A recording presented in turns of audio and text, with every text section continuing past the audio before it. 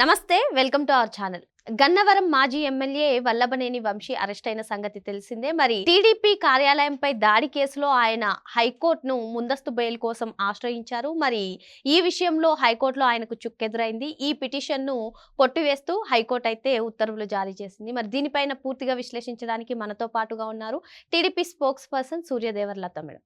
Madam నమస్తే madam. నమస్తే madam, Vallabhaneni Vamsi arrest అయ్యారు. 14 రోజులు రిమాండ్ కూడా విధించిన సంగతి తెలిసిందే మేడం. మరి ఈ కేసులోనే కాకుండా టీడీపీ కార్యాలయంపై దాడి కేసులో ఆయన ముందస్తు బెయిల్ కోసం హైకోర్టును ఆశ్రయించారు. మరి అక్కడైతే హైకోర్టు మొట్టికాయలు వేయడం జరిగింది. మరి ఇది దిగువ కోర్టు అయిన ఎస్సీ ఎస్టీ కోర్టులోనే తెరుచుకోవాలని చెప్పింది మేడం. ఇంకో పక్క పోలీసులు చూస్తే మాకు కస్టడీకి కావాలి, అట్లీస్ట్ 10 రోజులైనా కస్టడీ ఇస్తే ఆయన ఏం చేశారు, ఆయన హయాంలో ఎటువంటి అరాచకాలు జరిగాయో వాటిని అన్నిటిని కూడా విచారిస్తామని చెప్పి పోలీసులు అంటున్నారు. లేదు, అవసరం లేదు, ఆయన ప్రధాన నిందితుడిగా లేడు అని చెప్పి పొన్నవోలు వాదిస్తున్నారు. మరి దీనిపైన మీ అభిప్రాయం ఏంటి మేడం? ఇక్కడ వంశీ చేసిన పనులన్నీ కూడా ఎలా ఉన్నాయంటే, ఆయన మాట్లాడే మాటలన్నీ మాట్లాడేస్తాడు, చేసేటివన్నీ చేస్తాడు. నేను మళ్ళీ ఏమీ చేయలేదు, నన్ను కక్షగా చేశారు, కక్షపూరిత రాజకీయాలను మాట్లాడటం అనేది ఆయన భార్య కూడా అదే పోర్ట్రే చేయాలని చెప్పి చూస్తుంది. సో ఇంకొకటి విషయం కూడా, ఆవిడ ప్రతిదీ ఆయనకు కావాల్సిన నీడి ఏదైతే ఉందో అదంతా కూడా ఈ రోజున ఆ రోజు పెట్టిన ప్రెస్ మీట్లో తెలుస్తుంది. అంటే జగన్మోహన్ రెడ్డి గారు కూడా వచ్చి పెట్టిన ప్రెస్ మీట్లోనే తెలుస్తుంది. ఆయన ఏమనుకుంటున్నాడు, అదంతా ఇప్పుడు రాష్ట్ర గవర్నమెంట్ తీసుకెళ్ళి ఆయనకు మంచం వేయాలి, పరుపు వేయాలి, ఆయనకి కావాల్సిన ఈ నీడ్ అంతా ఇవ్వాలి అనేది చెప్తున్నాడు.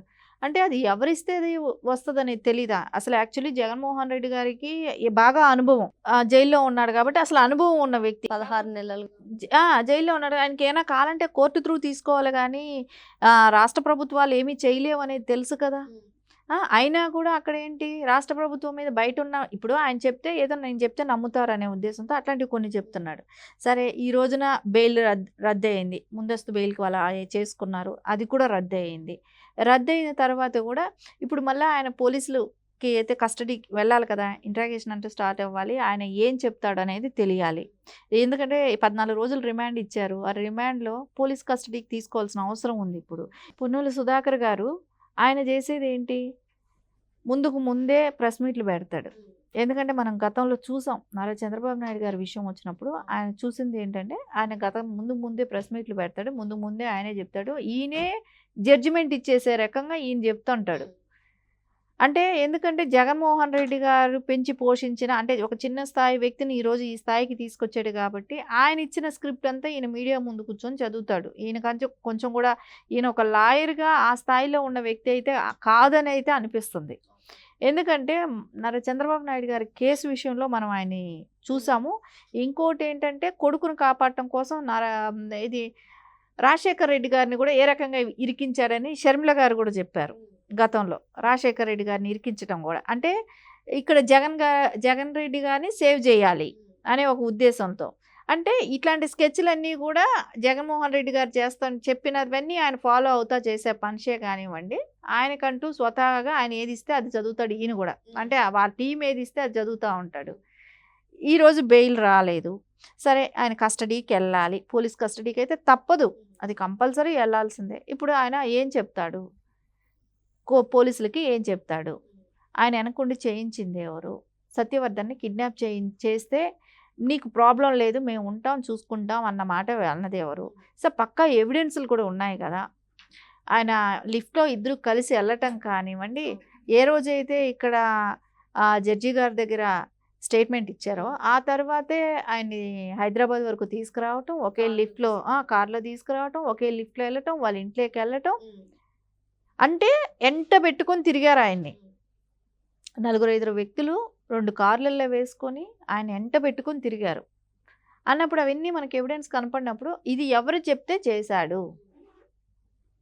అంటే, ఇప్పుడు వాళ్ళ అధికారం లేని టైంలో అరెస్ట్ చేశాడు, అది కిడ్నాప్ చేశాడు అని అంటే ఎంత ధైర్యంగా చేశాడు, ఎవరు అండ చూసుకొని చేశాడు, ఏం చేద్దామనుకున్నాం అంటే ఇంకా మీ రౌడీ రాజకీయాలు ఇంకా కూడా కొనసాగిద్దామన్నా, దాన్ని ఉపేక్షించేదానికైతే ఎవరూ సిద్ధంగా లేరు.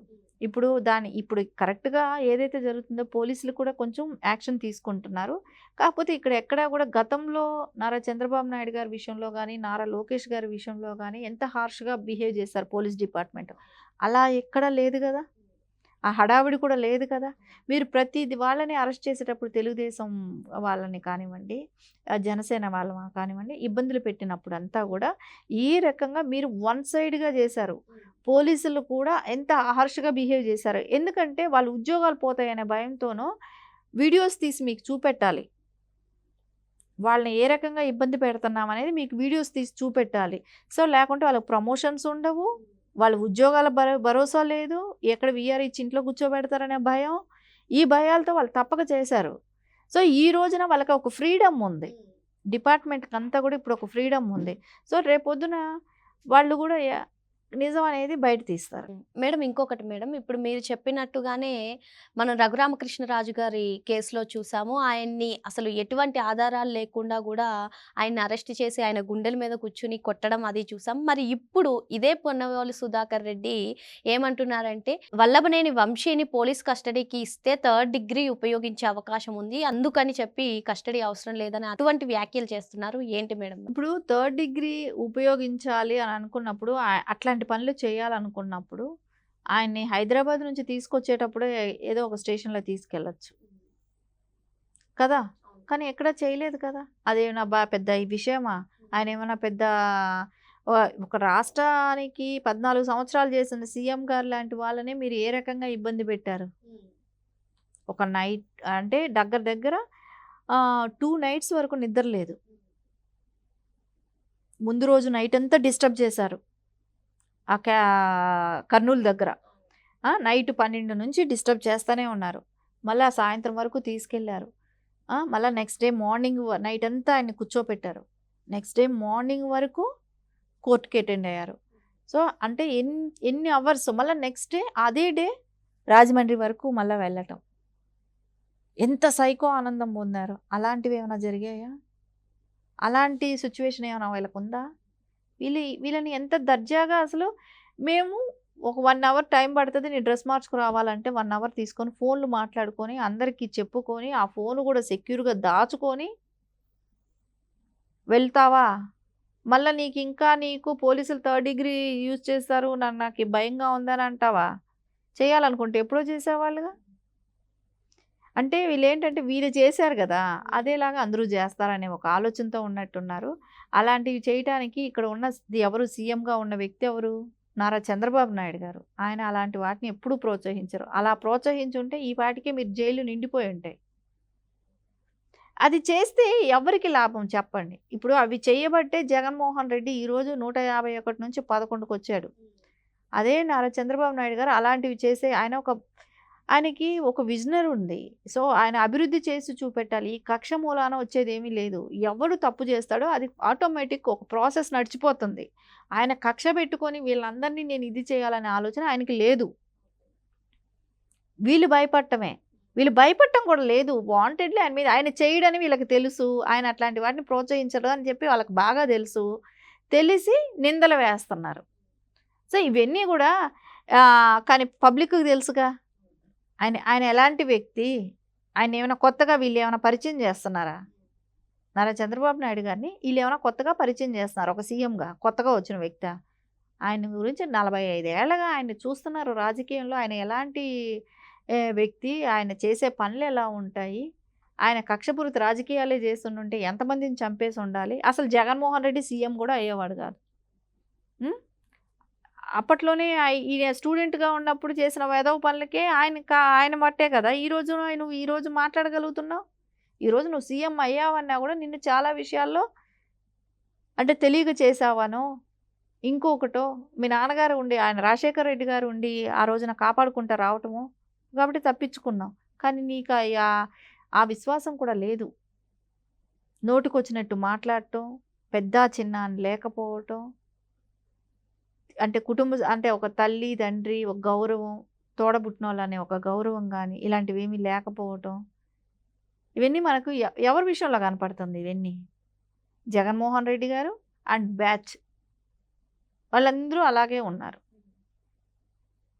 ఈ రోజున నువ్వు చెప్తే నమ్మేసేదానికి 3rd డిగ్రీయో, 4th డిగ్రీయో, 5th డిగ్రీయో ఇస్తారంటే ఆ డిగ్రీలు మీకు కట్టబెట్టడానికి ఇదేమీ లేదు.